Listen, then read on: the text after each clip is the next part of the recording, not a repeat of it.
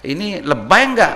Masyarakatnya juga ikut menolak, ini tidak Ya hanya lebay negara. lah, lebay lah, masyarakat nggak tahu apa-apa, tiba-tiba dia nolak gitu.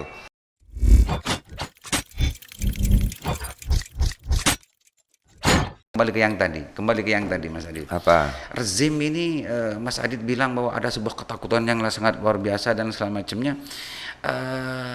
Emangnya apa ya sebetulnya yang dikhawatirkan dari mereka, orang-orang tua yang sebetulnya tidak mempunyai, menurut saya gitu ya. Di lingkaran itu, di lingkaran Pak Jokowi ini kan saya curiga ada orang-orang yang berafiliasi kiri gitu yang masih bertahan di situ. Dan kuat gitu ya, mempengaruhi gitu ya. Jadi Budiman Sujatmiko dulu di era-era Budiman kan sosialis orangnya. Oh iya kan Sosialis PRD dia. komunis PRD ya, Partai Rakyat Demokrat. PRD. Partai Rakyat Demokratik itu sudah manifestonya komunis kan. Oh gitu. Lagi semua ini semuanya manifesto. Sebetulnya negara Indonesia juga bermanifesto komunis kalau mau jujur. Gitu. Kok bisa bilang begitu? Ya, Nasakom itu kan ada dalam sila-sila di Pancasila. Oh, terus? Nasionalis ada di mana? Sila ketiga Persatuan Indonesia. Agama ada di sila pertama. Sosialismenya ada di mana? Sila kelima. Oh, dengan begitu Mas Adit menyimpulkan Jadi bahwa 1, 3, 5 itu kalau di chord itu ya nadanya itu nada dasar C itu. Enak, harmonisasinya enak. itu komunis gitu ya. Nasakom. Enggak, maksudnya sila ketiga, sila kelima, sila kemana? Sila pertama. Pertama, itu Mas Adit menganggap itu adalah sebuah manifesto dari komunis. Manifestonya Soekarno, Pak, bukan manifestonya komunis. Manifesto Soekarno. Konsepnya Soekarno tentang konsep negara ini ke depan harus dibangun berdasarkan Nasakom.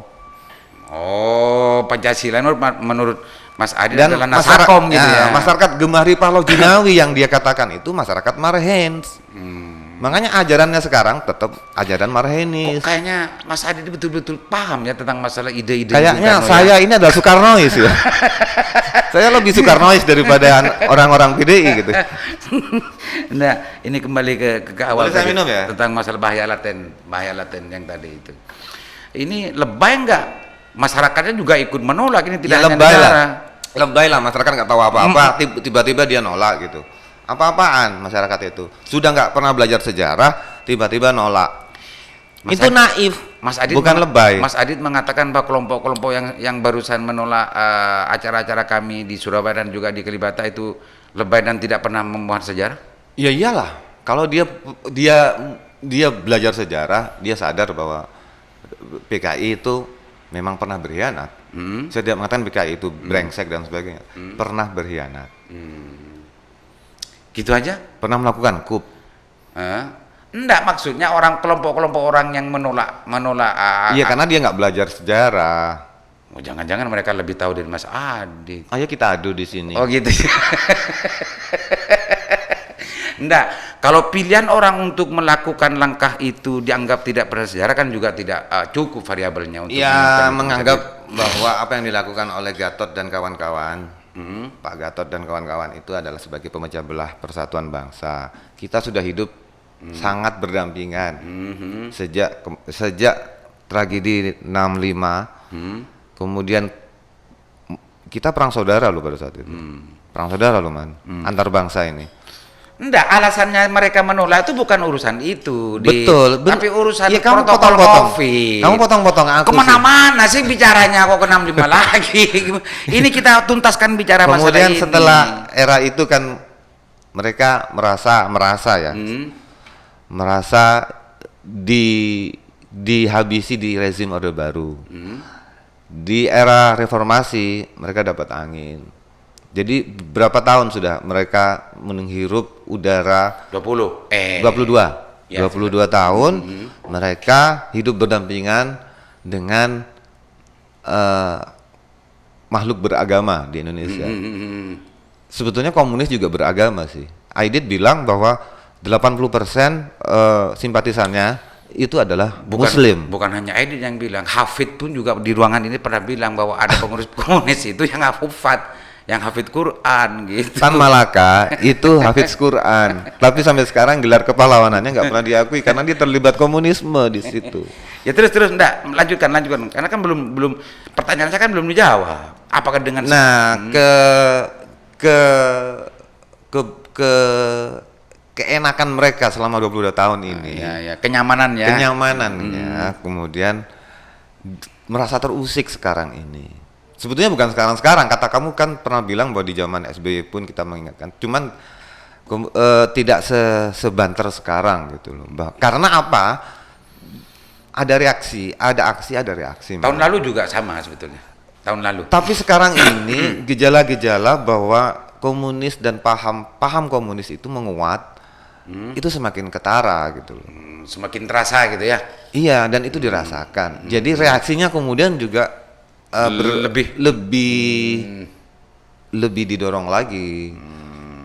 Mas Adit, sebetulnya G30 sebagai itu semua orang Indonesia bahkan sejarawan tidak ada satupun yang menolak bahwa itu adalah bagian dari sejarah. Terlepas dari memang ada unsur-unsur sejarahnya itu ada yang ada yang dikurangi atau dilebihkan, saya kurang tahu itu. Tapi G30 sebagai itu adalah sejarah. Sama juga dengan sejarah 17 Agustus kemerdekaan kita, dan setiap tahun kan juga diperingati gitu kan. Betul. Nah, kesamaan ini sebetulnya apa sih? Kenapa sih bangsa ini kok harus ribut dengan urusan masa ini? Kok ini mengenang kan sebetulnya? Mengenang. Iya. Nggak usah ribut sebetulnya. Sebetulnya, mestinya nggak ribut. Mestinya gitu pertanyaanmu kamu sampaikan kepada para pendemo itu. Saya nanya ini ke Mas Adi, barangkali dia punya perspektif yang berbeda. Emang saya tahu kondisi kebatinan mereka saat berdemonstrasi. Tadi langsung tahu itu juga pernah ada sejarah kan. Satu. Dan kamu langsung tolak itu. Jangan begitu lah Mas. Masa langsung dijudge orang nggak tahu sejarah. Sekarang saya berusaha bijak ini. Nggak, maksudnya kalau emang itu memang sama dengan pikirnya Mas Adit, mestinya semua orang itu memperlakukan yang sama. Saya anti komunis, nggak sama, nggak bisa. Saya jadi melihatnya dalam perspektif saya anti komunis karena saya makhluk beragama. Bukan dalam konteks masalah komunis dengan Mas Adit, tapi bagaimana memperlakukan sejarah ini kepada semua elemen bangsa ini harus melakukan yang Gimana sama. sejarah mau diperlakukan sama? Wong sejarahnya mau dihapus? Enggak, yang 17 Agustus ini kan nggak konik-konik nih Mas. 17 Agustus ada. Diperingati tiap tahun kan? Tiap tahun. G13 pagi diperingati tiap tahun kan? Mana? Tabur bunganya mana? Kok tabur bunganya mana lagi? Itu rangkaian, Pak. Jadi 30 dia saat nyulik jenderal itu kan dini hari 30 September. 1 Oktobernya diberantas. Kesaktiannya.